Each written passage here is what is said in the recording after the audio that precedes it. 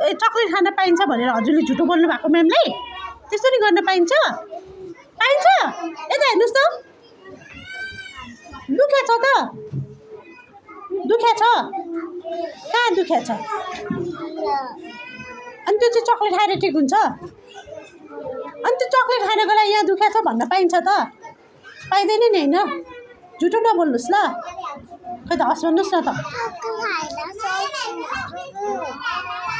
साँच्ची हो चक्लेट खाएपछि त्यो दुख्या सन्चो हुन्छ ए त्यस्तो नि हुन्छ साँच्ची हो अनि हजुरले के झुटो बोल्नु भएको म्यामलाई होइन अनि यहाँ किन यहाँ दुखेको झुटो बोल्नु भएको होइन त